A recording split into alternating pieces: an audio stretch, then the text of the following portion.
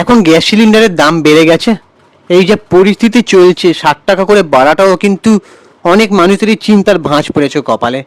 ঠিক আছে, আজকে যে কথাগুলো অনেকগুলো পয়েন্ট আমি তুলে ধরবো, সেটা হচ্ছে গ্যাস নিয়ে এখন কালোবাজারি শুরু হয়ে গিয়েছে প্রত্যেকটা জায়গায় কম বেশি।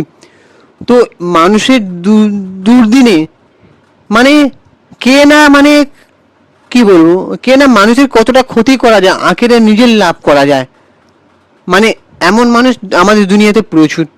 ঠিক আছে, মানুষের দুদিনে কেউ কাউকে সাহায্য করে না, উল্টারও ক্ষতি করে।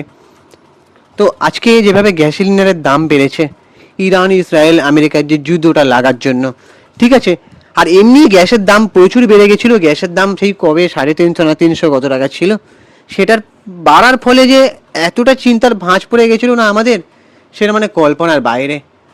আজকে যখন আমরা 800 টাকার উপরে গ্যাস নিই, বড় সিলিন্ডার, ঠিক আছে, 14.2 কেজি যে গ্যাস সিলিন্ডারটা, তো এটা এখন 60 টাকা করে বৃদ্ধি পেয়েছে। আর অনেকে এই 60 টাকা করে বৃদ্ধি পাওয়াটা নিয়ে অনেকে বলছে, কিন্তু কেউ এটা বলছে না যে ডেলিভারি ম্যান সে আসে 20 টাকা করে নেয়। ঠিক আছে, তার মানে তোমার 800, সরি আমি আরেকটা কথা বলতে ভুলে গেছি, যে যখন আমরা গ্যাস বুক করি তখন কিন্তু আমাদের এক্সট্রা কত 25 টাকা না কত টাকা একটা নেওয়ার একটা দেখায় ওখানে, আমি তো কতবার দেখেছি। তো তাহলে কি করে ডেলিভারি ম্যান এসে 20 টাকা করে চাইছে? হ্যাঁ, তারপরে এখন সেই ডেলিভারি ম্যান গ্যাস যে দিয়ে যায়, সে আবার কখনো বলে যে সিঁড়ি দিয়ে ওপরে ওঠার জন্য এত টাকা দাও। তারপরে এখন গ্যাসের দাম বেড়েছে 60 টাকা করে, তারপরে এরা 50 টাকা করে নিচ্ছে। পুজোর সময় এরা আবার বলে 100 টাকা করে দিতে হবে। মানে ভাবো তাহলে। ঠিক আছে, কেউ কেউ দিতে না পারলেও তাদের সাথে খারাপ ব্যবহার করে, কেন এটা হচ্ছে? ঠিক আছে, এই যে গ্যাস ডেলিভারি করছে যারা, তারা না হয় গরিব মানুষ, অনেকে থাকে হাড় ভাঙা খাটুনি খাটে, যদিও এটা উচিত নয়, ঠিক আছে, নেওয়াটা। তারপরেও কালোবাজারি চলছে, গ্যাসের গুদামে করছে, মানে যেখানে গ্যাস সরবরাহ করে রাখা হচ্ছে, যেখান থেকে মানুষের গ্যাস প্রত্যেকটা বাড়িতে যাচ্ছে, প্রত্যেকটা গুদামে গ্যাস সরবরাহ রয়েছে, মজুদ রয়েছে, অথচ বাড়িতে যাচ্ছে না। কেউ ব্ল্যাকে বিক্রি করছে, ব্ল্যাকে মানে প্রচুর টাকা দিয়ে বিক্রি করছে। আর যে ডেলিভারি ম্যান সেও বিক্রি করছে ব্ল্যাকে অনেকটা দামে। এই সময় কেউ মানুষের ছাড় একটুও দিচ্ছে না। মানে এই যে কালোবাজারিগুলো, এগুলো বন্ধ করা দরকার। আর আমি যতটা খবরে জানলাম যে এনফোর্সমেন্ট অলরেডি কিছু কিছু জায়গায় তল্লাশি শুরু করেছে, কোথায় কোথায় কতটা গ্যাস মজুত আছে ঠিকঠাকভাবে পাচ্ছে কিনা তা খতিয়ে দেখা হচ্ছে। সো আমি আবারও বলছি এই ভিডিওর মাধ্যমে, জানি না এই ভিডিও কতটা মানুষের কাছে যাবে, যে গ্যাসের গুদামগুলো রয়েছে তারা সাবধান হয়ে যাও যারা এরকম করছো। আর ডেলিভারি ম্যান না, মানুষের অবস্থা বুঝে করো। 20 টাকা করে নিতে নিতে তোমরা 50 টাকা 100 টাকা করে কিসের জন্য চাইছো?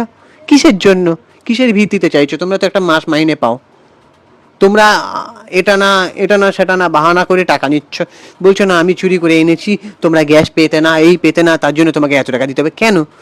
যারা দিতে পারবে না, যারা বলছে দিতে পারবে না, তাদেরকে ছেড়ে দাও। ঠিক আছে, আর কালোবাজারিটা বন্ধ হওয়া দরকার। প্রত্যেকটা জিনিসের যখনই দেখা যায় আকাল দেখা যায়, তখন সেটা মানুষের সাহায্য না করে সেটার উপর আবার কালোবাজারি করা হয়। মানুষের দুদিনে সুযোগ বুঝে, মানে কি বলবো, কোপ মারা, সুযোগ বুঝে কোপ মারা। এটা কেন হচ্ছে ভাই, কেন?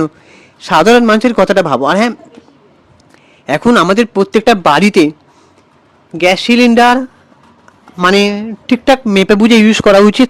মানে ওই যে অনেকে আছে যে তরকারি করছে, ভাত করছে ঢাকনা না দিয়ে, এতে আরও গ্যাসটা কম বেশি পুড়ছে।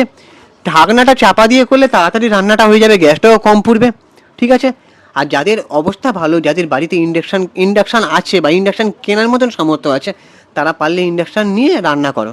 ঠিক আছে, একটু কারেন্টের বিলটা খরচা করো, কারণ তোমার 939 টাকা যদি গ্যাসের সিলিন্ডারের দাম হয়, তাহলে সম পরিমাণ তুমি যদি রান্না করো, তাহলে তোমার বিদ্যুৎ বিলের খরচা হয় তোমার 600 কত টাকা, 24 টাকার মতন। 8 টাকা যদি ইউনিট হয়, তাহলে তোমার 939 টাকার থেকে 700, তোমার 315 টাকার মতন লাভ হবে। ঠিক আছে, তো তোমরা একটু গ্যাস সিলিন্ডারটাকে, একটু মাঝে মাঝে গ্যাস সিলিন্ডার রান্না করো, একটু মাঝে মাঝে ইন্ডাকশানে রান্না করো। বা যারা গ্রামের দিকে থাকো, তারা আবার তাদের তো বলতে হবে না, যারা গ্রামের দিকে থাকে তারা এখনই বলতে গেলে বেশি করে কাঠ উনুনে রান্না করা শুরু করে দিয়েছে, বেশি করে তারা তো করে, এটা ভালো একটা দিক। তো সবার বাড়িতে উনুনের কাঠ রান্নার ব্যবস্থা থাকে না, আমাদেরও নেই, তাদের পক্ষে বেশি ভালো। আর এইভাবে চলো তাহলে তোমাদের কি বলো তো, গ্যাসটাও বাঁচবে, তোমাদের চিন্তা থাকবে না যে এই তাড়াতাড়ি গ্যাস বুক করতে হবে, কারণ মানে বুঝতেই পারছো, এবার অনেকে আছে গ্যাস ইচ্ছা করে মজুত করে রেখে দিচ্ছে ঘরে, অতটা দরকার নেই, ঠিক আছে, সেটা তাদের সেফটির জন্য করছে, কিন্তু এটাও বুঝতে হবে যে সবার পাওয়া দরকার, ঠিক আছে।